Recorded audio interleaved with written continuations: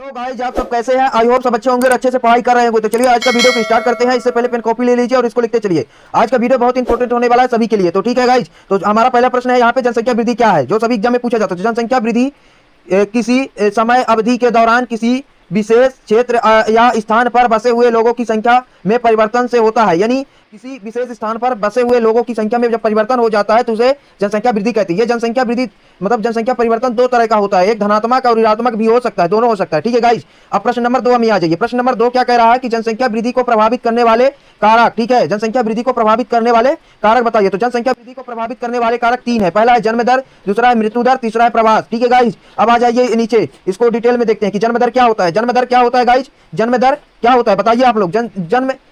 जन्म दर किसी निश्चित समय में जन्म लेने वाले शिशुओं की संख्या को कहते हैं। किसको कहते हैं? जन्म लेने वाले शिशु या बच्चों की संख्या को जन्म दर कहते हैं। मानव का जन्म दर किस तरह का होता है? तो प्रति वर्ष 1000 जन्म लेने वाले बच्चों की संख्या के रूप में बताया जाता है। किसका? मानव का। ठीक है, अब आ जाइए नीचे, मृत्यु दर किसे कहते हैं। नीचे मृत्यु दर किसे कहते हैं गाइस? मृत्यु दर किसी निश्चित समय में मरने वाले व्यक्तियों की संख्या को कहते हैं। इसका जन्म दर का ही उल्टा है। ठीक है, व्यक्तियों की संख्या, यहाँ पे सियान लोग मतलब 1 वर्ष से ऊपर वाले जितने भी इंसान होते हैं, अगर उनकी मृत्यु हो जाती है तो उसमें दर्शाया जाता है मृत्यु दर में। ठीक है, अब मृत्यु दर मानव मृत्यु दर को जनसंख्या में प्रतिवर्ष 1000 मरने वाले व्यक्तियों की संख्या के रूप में दर्शाया जाता है। कैसे रूप में? 1000 व्यक्तियों की मरने की संख्या के रूप में। ठीक है, अब प्रश्न मतलब तीसरे नंबर में आ जाइए, प्रवास। प्रवास क्या होता है गाइस?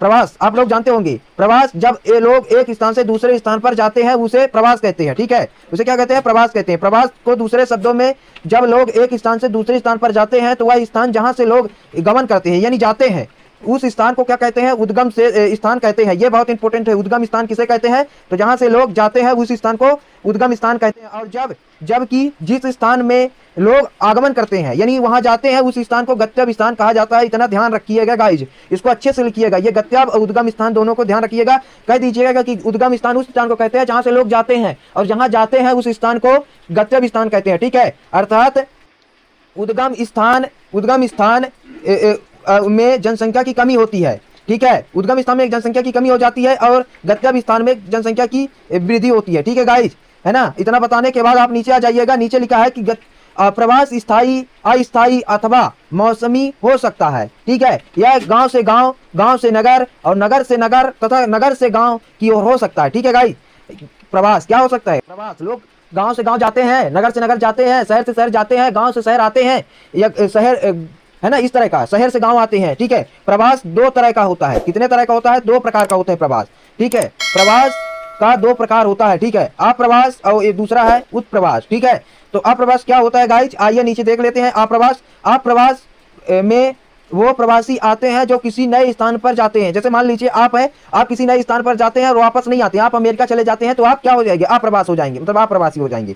ठीक है, उत्प्रवासी क्या होता है? उत्प्रवासी वे प्रवासी होते हैं जो कुछ समय के लिए बाहर जाते हैं। जैसे नौकरी के लिए कोई जाता है, कोई पढ़ाई के लिए जाता है और कोई रोजगार के लिए चला जाता है कुछ समय के लिए। ठीक है गाइज, तो उसको उत्प्रवासी कहते हैं। ठीक है, या उत्प्रवास कहते हैं। ठीक है, प्रवास को प्रभावित करने वाले कारक, ये बहुत इंपॉर्टेंट है कि प्रवास को प्रभावित करने वाले कारक कितने होते हैं, ये पूछा जाता है। तो आप लोग बता दीजिएगा कि प्रवास को प्रभावित करने वाले कारक 2 हैं। पहला है प्रतिकर्ष कारक और दूसरा है अपकर्ष कारक। ठीक है, तो यहाँ पे प्रतिकर्ष कारक देखेंगे। प्रतिकर्ष कारक में बेरोजगारी, रहन सहन की निम्न दशाएं, राजनीतिक तथा सामाजिक आर्थिक पिछड़ेपन जैसे कारण उद्गम स्थान को कम आकर्षित करते हैं। उद्गम स्थान बोले थे ना गाइज, जिस स्थान को आप छोड़कर जाएंगे उसको क्या कहेंगे? उद्गम स्थान कहेंगे। ठीक है गाइज, और अपकर्ष कारक क्या होते हैं? अपकर्ष कारक आइए देख लेते हैं। अपकर्ष कारक में काम के बेहतर अवसर और रहन सहन की अच्छी दशाएं, शांति व स्थायित्व, जीवन व संपत्ति की सुरक्षा तथा अनुकूल जलवायु जैसे कारक गंतव्य स्थान को आकर्षित करते हैं। जैसे मान लीजिए अगर आप लोग जैसे किसी स्थान उबड़ खाबड़ है, वहां वर्षा होती है, वहां शांति है, वहां कोई